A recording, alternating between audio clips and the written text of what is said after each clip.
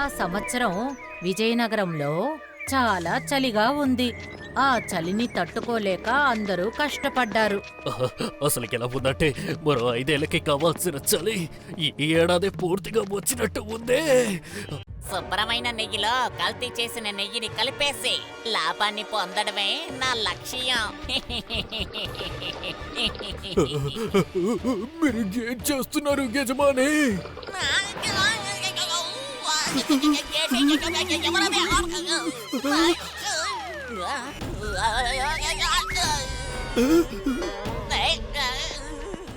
నేనేమీ చేయలేదు. నీ వల్ల నా నెయ్యి మొత్తం కింద పడిపోయింది. కొంచెం పొదుపు చేసి పైగా నేనేమి చేయలేదంటావా నిన్ను? ఇప్పుడు దీన్ని శుభ్రం చేయబోయేది ఎవరు? ఇప్పుడు నీ మాటల్ని కట్టిపెట్టి వచ్చి పని చేయి. వ్యాపారస్తులు రాబోతున్నారు. మన కొట్టు పరిస్థితి చూసి ఒకవేళ వచ్చిన వాళ్ళు వచ్చినట్టే వెళ్ళిపోతే ఆ తర్వాత మనకి పెద్ద నష్టం వస్తుంది. కొంచెం పొదుపు చేసి ఏంటయ్యా నా మాటలు మొత్తం వినేసి దిక్కులు చూస్తున్నావు? త్వరగా శుభ్రం చెయ్యి.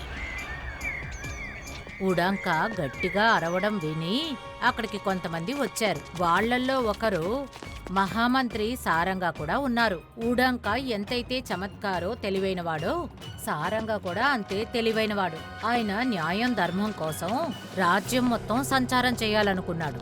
గుడ్డ తీసుకొచ్చి మొత్తం శుభ్రం చెయ్యి. కొంచెం పొదుపు చేసి. గుడ్డ నేను ఎక్కడి నుంచి తీసుకొస్తాను? ఇప్పుడు నువ్వేం వేసుకున్నావు? కుర్తా. నువ్వు వేసుకున్న ఈ కుర్తాని విప్పి దాంతో శుభ్రం చెయ్యి. కానీ నా దగ్గర ఈ ఒక్క కుర్తా మాత్రమే ఉంది. మరి నేను ఇంకేం వేసుకుంటాను?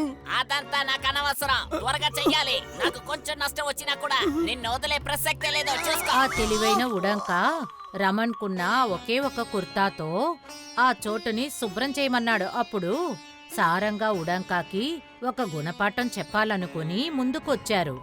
ఆపు. వామ్మో, మహామంత్రి గారు మీరా? నువ్వు చెప్పింది నిజమే ఉడంక. తప్పు ఈ రమణ మీదనే.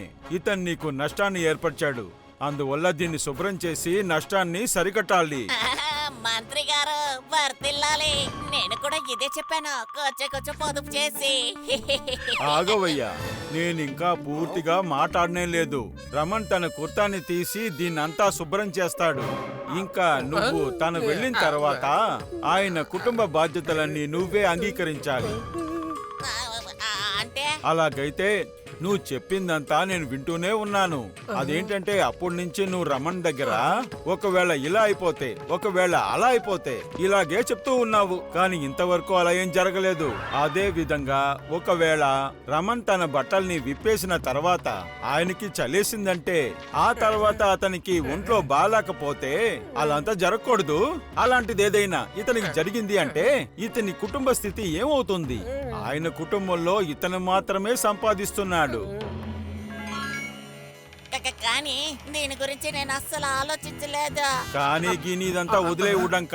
ఇది చెప్పు, రమణి కొట్టిని శుభ్రం చెయ్యాలా లేకపోతే వద్దా? సరే, రమణ్ నీ కుర్తాని విప్పు. ఆ తర్వాత ఉడంక ఆశని నెరవేర్చు. ఆ తర్వాత ఇతనికి ఏమైనా నష్టం ఏర్పడిందంటే లేదు ఎలాంటి నష్టం ఏర్పడదు. రమణ్ పొరపాటంతా నాదే. నువ్వు బయలుదేరి వెళ్ళు. శుభ్రం నేను చేసుకుంటానా.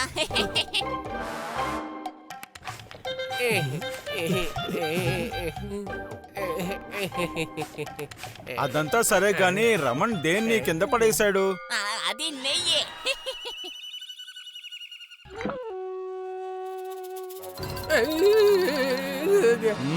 ఇది నకిలీ నెయ్యి.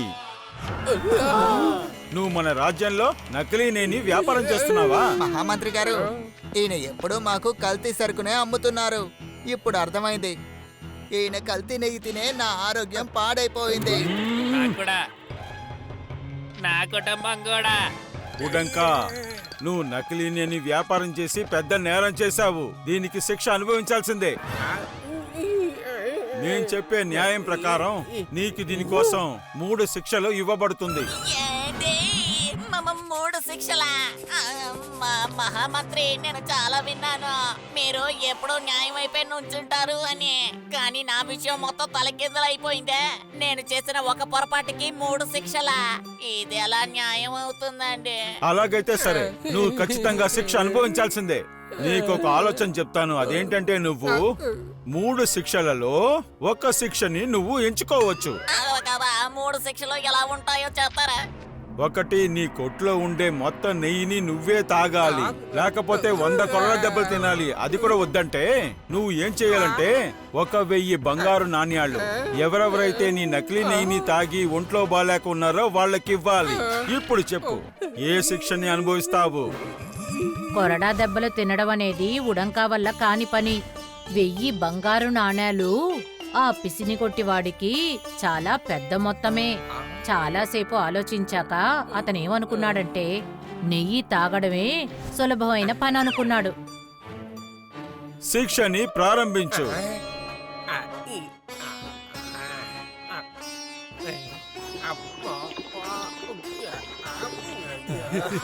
ఒక డబ్బాడు నెయ్యి తాగిన తర్వాత ఉడంకా పరిస్థితి దారుణంగా మారిపోయింది.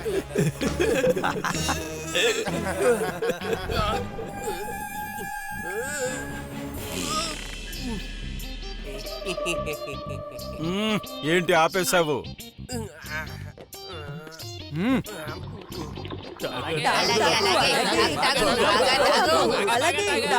ఆ తర్వాత ఉడంకా 2వ డబ్బాలోని సగం నెయ్యి తాగిన తర్వాత అతని ధైర్యం అతనికి సమాధానం చెప్పింది.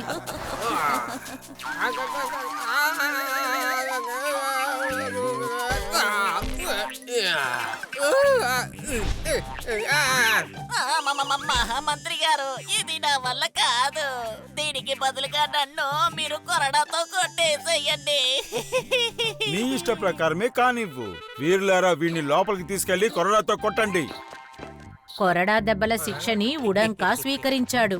కాని సన్నగా ఉండే ఆ సోమరిపోతుకి విశ్రాంతి తీసుకునే అలవాటే ఉంది.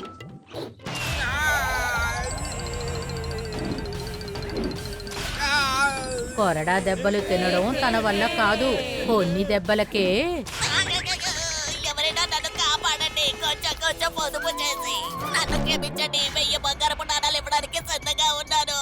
నన్ను కొరడాతో కొట్టడం ఆపమని చెప్పండి. కొంచెం పొదుపు చేసి. ఒకటి తర్వాత ఒకటి సారంగా నిర్ణయించిన 3 శిక్షలు సారంగాకి విధించడం జరిగింది. ఊరి ప్రజలకి న్యాయం జరిగింది. అందరూ సారంగాకి జేజేలు పలికారు. ఆ తర్వాత ఆ ఉడంకా పొరపాటున కూడా ఎవరికీ కల్తీ నెయ్యిని ఇవ్వలేదు. అరే, ఇంతలా నష్టం వస్తుందని అనుకోలేదు. కొంచెం పొదుపు చేసి. If you like this video, subscribe to our channel Murthy Media.